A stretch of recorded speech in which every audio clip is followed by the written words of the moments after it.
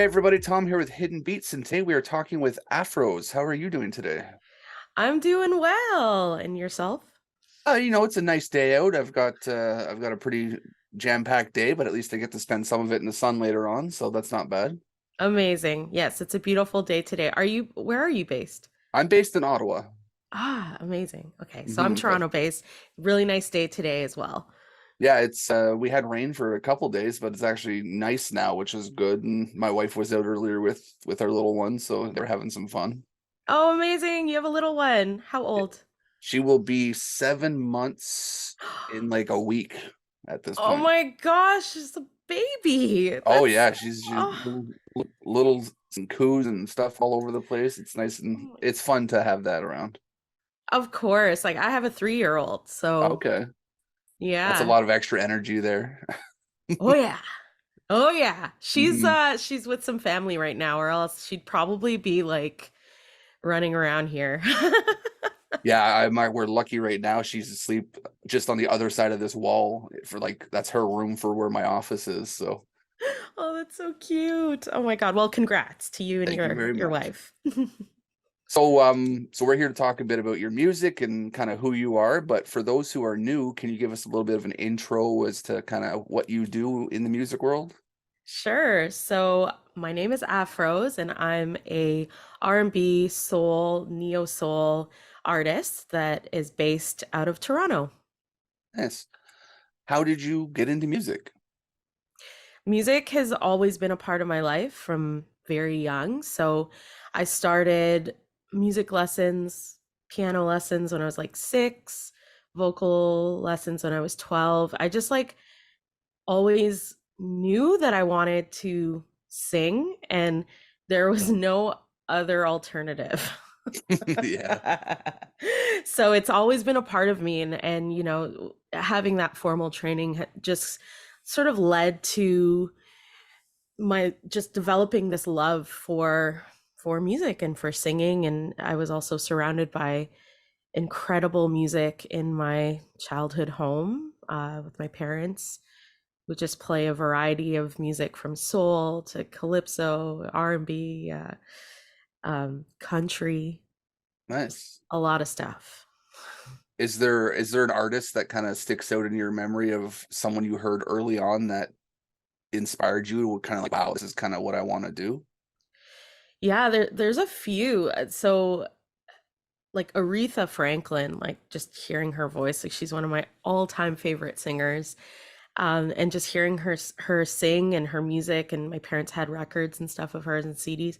I just like always loved the power in her voice. Hmm. And like a lot of the a lot of the divas like Mariah Carey and Celine Dion and folks like that, but also like with country, I because I listened to so much country music growing up because my parents really loved country music for some reason. But I'd listened to a lot of like Reba McEntire. So I think it's just the consistent thing is just like powerful female vocals was the sort of inspiring thing for me growing up. Yeah, everything's a top one on my list too. I actually was lucky enough I got to have a conversation with her son about the background that he had with her because he played in her band for 30 years. Oh my gosh. I And don't think I yeah, knew that. the stories that I got to hear, it was just like, wow, this some fun things for sure. That's incredible. Yeah, I loved her growing up. Hmm. I mean, I feel like I still do, although I haven't heard any of her newer stuff. I know she's still making music, but yeah, I really, really loved her. Yeah, always been a fave. She's still on one of my playlists right now, so Amazing. that's a good one for sure. So one of the reasons we're here to chat today is actually to talk about your new release of Good Love. If you can give us a little bit of insight about that one. Sure, yeah. It was written about 2 years ago with my production team. They're called Safe Spaceship Music, and it's a production trio. And we just kind of like penned actually they sent me the instrumental that they demoed, and then I top lined it, and then we had like a session together where we did all the beds for like the bass, drums, guitar, and it was just it's one of those songs that um I didn't really think too much about it because it just sounded like a song that could belong to the like early 80s, late 70s soul era. Hmm. And I just kind of kept that in my mind. Like when I was top lining it, I was thinking about Lady in My Life by MJ, like just like strong chorus kind of thing. And I just let those things inspire me to come up with the melody and the lyrics. And then we just went overboard with it, where we ended up adding like a sax solo because we're like, it needs it. And percussion and just over the top background vocals. And it was just it was a song that kind of started like as a half jokes song, but ended up being like really fun to make. And just, you know, if you're going to commit to that kind of sound, you Hmm. got to go all the way. So I feel like we kind of just we did that with Good Love. It was a lot of fun to make. Yeah, I listened to it before the interview here, and I could like the 70s and everything you're saying, like you could feel that in it. You can feel the kind of the vibe of some of the way some of the music flows, and it's like this is fun. This is Yeah. a good tune for sure. Thank you. Thanks so much. So you've had a few releases and stuff under your belt now. How do you think your music has evolved since like the release of Element back in 2019 to now? Well, at the time when I was working on Element, which is like my debut album, you know, this was pre-pandemic. And I ended up releasing Element in 2019, like November 2019, so near the end of 2019. Okay. And at that time, I was actually pregnant with my with my daughter. Hmm. And so I feel like a lot of life changes have happened since the release of that. But with, you know, experiencing the pandemic and having a child, you know, in the same time frame, and then working on this album, it kind of like created space for me to like for me to just rediscover myself as an artist and as a creative and as a musician, because I got thrown into, you know, becoming a mom, which is a huge adjustment. Hmm. And I gave birth in 2020, or April of 2020. And so the creation of this album was sort of like an outlet for me to express myself and have a little bit of an oasis away from just like the reality of of motherhood. And so I think that this album is so special because it encompasses so much of like what I've been going through personally in my life, but also like paying tribute to my family and ancestors, but and my daughter, because I end up using, without giving too much of it away, I end up using a lot of like sound bites and things like that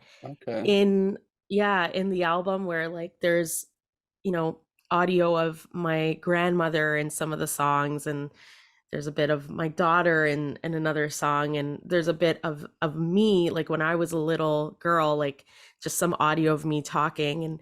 And so I feel like this album has really been cathartic to me for just like going through such a big transit life transition, and being able to really express creatively how I feel right now.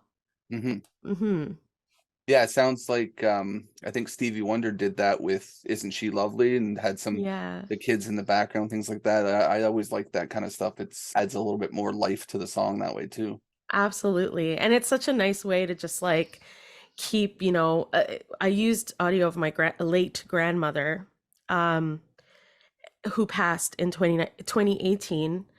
And she was someone that was like super close to me. And, um, you know, hearing her voice in some of the songs, it just makes me feel closer to her. And you know, it's a way for me to just like keep her memory alive, even if it's just me that's like, you know, listening to her voice. I'm happy that we were able to kind of capture that. in a form that will live on. For sure. And now paying tribute is obviously one of the big things that you have in your music, but how do you balance putting maybe too much of your own personal into that and trying to keep of yourself to yourself so you're not giving too much out? Yeah, I mean that's a fine balance for sure. I tend to be someone that, like, I don't necessarily have like two personas, like a stage persona and a personal persona. I'm kind of like, what you see is what you get. Like, I wear my heart on my sleeve. I'm very okay with being vulnerable because I actually really respect that in others and in other creatives and other artists. And you can kind of tell when you like listen to an artist, and you can tell like they're sharing so much of their journey and their life through their art, through their music. And I feel honored to be able to listen to that. And I kind of want to be the same with my music. Hmm. Um, like with this album, there were definitely sessions and moments where I was crying, cutting my lead vocals, like, because some of the music is just it's so personal to me. Um, that's why with Good Love, it's such a like fun one. But there's so many other like heavier songs on the album that really got me in my feels, but I don't have any regrets about it. I Well, like that's to good. kind of live authentically that way. Yeah, and that's putting yourself into something. It gives someone else a way to connect differently, like to you and your music, which is good. Yeah. Now, I mean, since you've seen a lot of the different artists and stuff, is there any artists out there you think people should be watching that they're not seen enough of? Well, my one of my best friends, and who also happens to be my label mate, Claire Davis. She's a phenomenal soul singer based out of Toronto as well.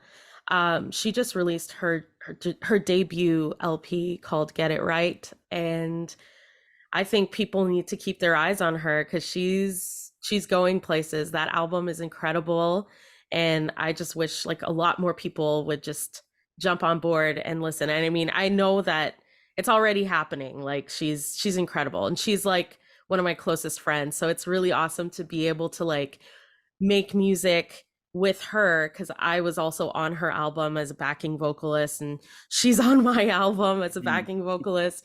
And it's just really fun to see the growth and trajectory, like with peers of yours that deserve all the shine.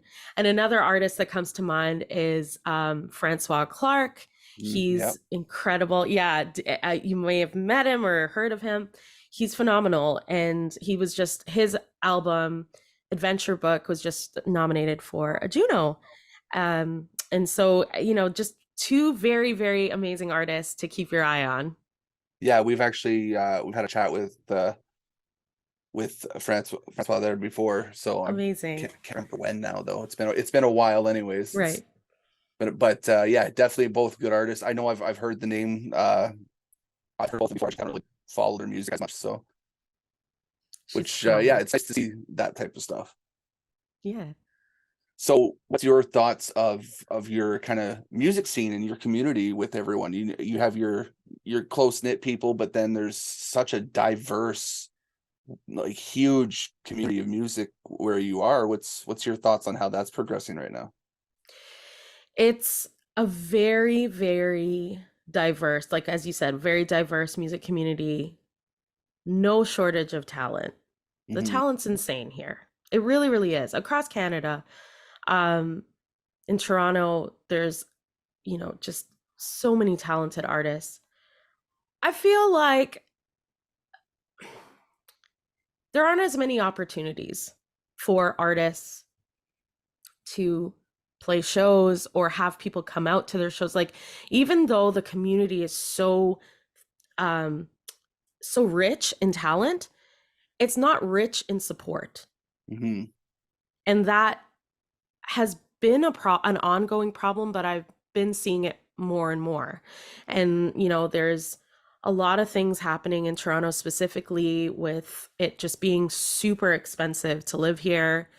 So a lot of artists and creatives are making like a mass exodus to places they can afford to live. So it kind of like it kind of leaves a void in the city itself. And there are a lot of venues that are closing down because they're going out of business because they can't make ends meet, and a lot of music venues, I mean. Hmm. So that has been a problem, I think. So it's kind of a weird place, and especially after the pandemic, because every our industry was shuttered. There were no going out to shows, there was no gigs, there was no, we were in a bad place as musicians, as artists. And so it kind of like we're experiencing sort of the after effects of this global pandemic that really affected certain industries more than others. Hmm. So yeah, to answer your question, it's just like I feel so strongly and passionately about the scene because I think it's so rich in talent, but I also feel like it's just, as I said, not rich in support, and there needs to be more sort of opportunities for us to play and get out in front of people. And I know like the government has programs and things like that, and there's amazing programs like through RBC. They have an RBCX music program, and they're really like elevating artists. And so there are things that are happening and initiatives and collectives that are doing things to enrich the scene, but there needs to be more, unfortunately. Yeah, no, you're completely right. Ottawa is kind of the similar situation. We lost a bunch of the major music venues due to the pandemic, and we have I think three venues that play music regularly now at this point, and there's just not Wow. enough time and space to do a lot of that stuff anymore. And now post pandemic, everybody wants to get out and tour and do this and do that, which doesn't leave. There's not enough time for everyone to see everyone either. So it's Yeah. hard to balance these type of things for sure. Absolutely. Yeah. And I don't know if it's like a case of the grass is greener on the other side or not, but like you see other communities in other countries, like the States or Europe, where people are touring and doing shows and people are coming out, but it's different here. It's Hmm. not like that in Canada. I'm so sad to say it, but I've been a gigging musician for so long, for like almost a decade, not with the Aphrose project, but with other bands. And I've seen like the steady decline of getting folks out to see shows. Like it's like that's why I think a lot of artists locally don't play shows Hmm. locally. Yeah, Yeah, local is hard, and then you get big tours that skip over cities, and then exactly. you don't get to see even the openers for those tours.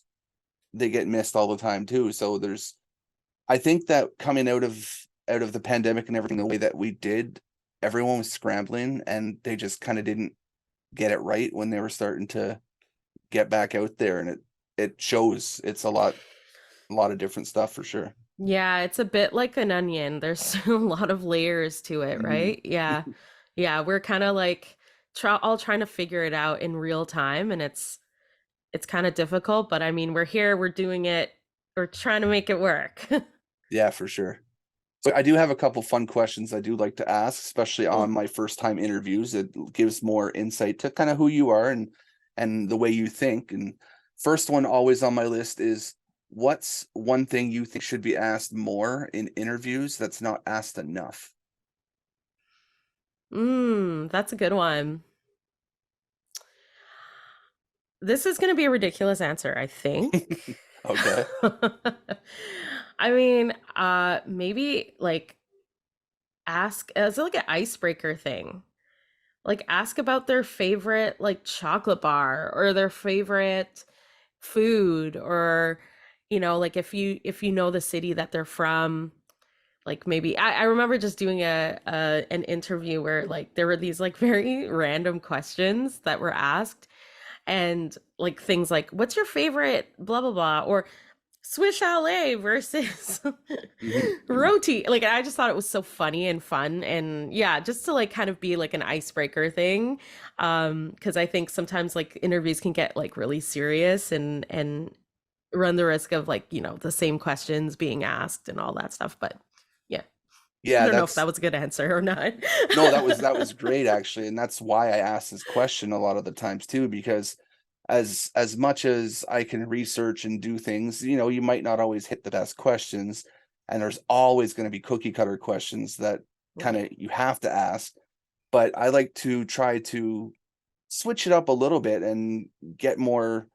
I think people want to know more about who you are Yeah, versus like just the music, because they need to know how you tick, which it makes them like the music that much better. exactly. Exactly. Yeah, so that's why that's one of my favorite questions for sure. Amazing. So another one I do have is, what's something on your go-to playlist that people wouldn't expect you listen to? Almost like a Ooh. guilty pleasure song. Oh, I have many. I fig you seem like an eclectic person for music, so I figured you might have some Yes. interesting ones. Yes, yes, yes.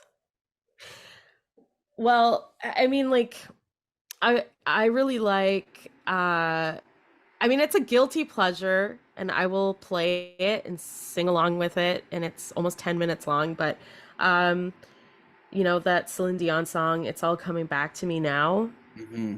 So I love that one. I really like Patsy Cline, like old country stuff. Um Caribbean Queen, like Billy Ocean. I It's don't know, funny, it's I've all over actually the got Caribbean Queen on my playlist too. That's Yeah. amazing. Hmm. Love that song. There was this mixtape or like cassette tape that my dad would play in the car for us, my brother and I, when we were growing up, and it just had like all these amazing songs. Like, there was like Maxi Priest, Okay. Close to You. I Hmm. love that song. That is a good song, It's a actually. Yeah. great song. I don't know if I have like like I because I feel like these are all good songs. Like I don't know if they're like guilty pleasures necessarily. I don't listen to tons of like pop stuff. Okay. Um I mean I do though. I don't know. I hope that that was good enough. I would really have to think about it. And No, you no, know that's what's that's a great answer. Yeah, you know what's gonna happen though? Like I'm gonna this our interview's gonna end and be like, oh, I should have told him that. Because That's I the best part. It always makes you think after, and then you start yeah. like, oh, look, this song and this song, and I actually like this one because it adds to my playlist too. Because you're naming some songs, I'm like, man, I haven't heard that one in a bit. I better put that on there, and Yeah. it's fun Yeah. that way. Exactly. Exactly. Yeah, that's a mixed bag for me. I've like been so inspired by so many different genres of music, and I think that's why it's been hard from a marketing standpoint to like market my sound because it's a bit all like all over, not all over the place in a bad way because it's still very unified with like certain elements, but I'm so inspired by so many different things that I tend to just kind of write and whatever comes out Hmm. in that moment. So yeah, I like that question. That's a good one. Yeah, and like I'm all over the board, kind of similar to you. Like I think probably my top three songs right now would be um "Bless the Broken Road" from Rascal Flatts. Nice, nice. I even had that one at my wedding just because that's always been one of my favorite all-time songs. I have one from Linkin Park. I'm trying to think. Oh, yeah, those are good too. Yeah, Leave Out All the Rest, Linkin Park. That's kind of a nice somber song that they have, and the story, like the message behind it, is me just a little bit extra. Oh, I love that. And Oh, then The Way You Make Me Feel, Michael Jackson. amazing. Yeah, like Amazing. I'm all over the place on. Yeah. I mean, you just reminded me of like my obsession and love for early Paramore. Yeah. Just loved. I was like all about Paramore in the early days. So love them and I love because she again like Haley, I can't remember her last name. She's got like crazy powerful voice. Hmm. And there's another song that I love it. It's oh my god, I thought of it. I know exactly. This is like seriously, this is a good one to answer to your question because I'm like slightly embarrassed that I like this song. Um, so do you know that Michael Bolton song called "Said I Loved You but I Lied"? Yeah, yeah, Oh that's a my good god, one. I'm obsessed with that song. That is a good one. I like that one. Yeah. Truly obsessed. But I think what makes it like it's really well written. Like there's so much musically going on that I think makes it super interesting. But have you ever seen the music video for it? I don't think I have actually. I mean, you need to treat yourself and Okay. watch it. I will It's definitely do that. it is hilariously awesome. Awesome. Yeah, I'll just leave it I'll at make a that. note right now here just to I love that. I love just how this question always brings out so many different things. It's perfect. Oh man, yeah, that is the answer to this question. It took me a minute to get there, but we got there. Nice. So a deeper question now is why do you keep pursuing music? What makes what motivates you to keep doing this? Oh my gosh. This is this is the question, right? Like this is the Hmm. question. Cuz in this day and age of making music where it's like really hard to make a living making music, Yeah. I question that myself. I'm like, why this thing? But it's this I feel like compelled to make music, if that makes sense. Like I feel like ever since I was young, I've always felt this passion and this calling to make music. And there have been so many times where felt like, okay, you know what? Like this is not it. Like let's switch gears and maybe look at another alternative for work or making a living. And music always finds its way back Hmm. into my life and opportunities. Every time I've felt like I'm ready to throw the towel in, a new opportunity would arise. And and it would just be this affirming thing of like, okay, no, this is your path. Like, you need to stay the course. If I hated it, I wouldn't be doing it. But I love music with like all my heart, soul, everything, and all the sort of different jobs I do or different hats I wear as a musician because it's like I'm a solo artist, yes, but I'm also a gigging musician, I'm a background singer, I'm a vocal teacher, I wear a lot of different hats, but they all the one unifying thing is music. And so I don't know, I do it because it's where my passion lies. It's what drives me. It's what makes me the most happy. And I've tried other jobs and I suck at them. So I've that's had that another reason. experience. Yeah. Hmm. Yeah. I'm really not good at them. I mean, if this is what is your direction, it makes sense to keep going down it as long as you want to. Yeah. I feel that way too. So what do you hope people take away from your music?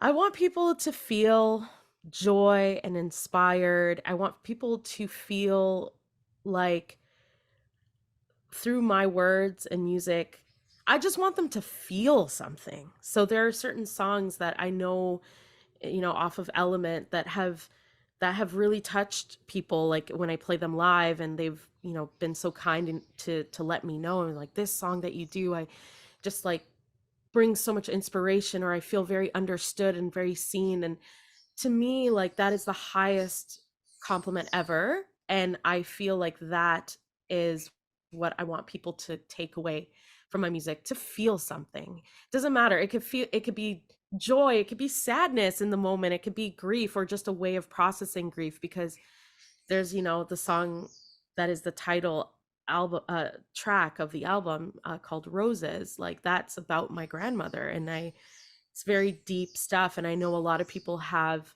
really deep connections with their grandparents and stuff like that. And so I just want people to connect in a way that makes them feel seen. Well, that makes sense. Yeah. Yeah, I think I've said before a few times, music is a collective experience, but on an individual level. So, you're spreading your sound out to everybody, but they're all gonna take a little bit something different from it. Yeah, that's such a beautiful thing. I love that. Like, that's such a good way of putting it. Yeah. Mhm. Now, you have the new album coming out, I think it was this fall, I read. Yes. Do you give us a little bit of detail about that, or is there still under lock and key? I mean, we still have to kind of get logistic stuff sorted, but it is coming out in the fall. The name of it is Roses. Okay. And so I'll give you that much. Okay. Definitely looking forward to hearing the whole thing. I know I got to listen to a few of the tracks, but I, I'm excited to see the release and see how people take that for sure. Amazing. Thank you so much. I'm excited to get Mhm. it out there. That's pretty much all that I have written down. Or is there any kind of final words of wisdom you'd like to leave to people? In the words of Journey, don't stop believing. No, like edit that out, please. Oh God. I have to keep that in. That's a great song. So Yeah, just keep, like if you've ever felt like me where you want to throw it in the towel and you're like, this is not it, and you just feel that higher calling to make the music and be creative and do that with your life, even though society doesn't like us to be creative or doesn't support in the way that we want them to support. Just do it anyway, just do it anyway. mhm. No, I think that's a great way to end off, and I'm glad we got the chance to have this chat, and I learned a little bit more about you and your music, and like I'm a fan. I've already got one of your tracks Mhm. on my playlist now because I make Woo! sure to add everyone I get a chance to talk to. So I'm definitely looking Oh, forward thank to you. the release. We're gonna link all your website, socials, everything that we can, so people can find you and make sure to Amazing. experience a little bit more. Amazing. Thank you so much for your time. Thank you for That's what having I'm me here for. I on. love doing this type of stuff. Awesome. Well, take care and sending love to your family and your little one. Yes, you too, and you enjoy the rest of your day. You too. Bye-bye.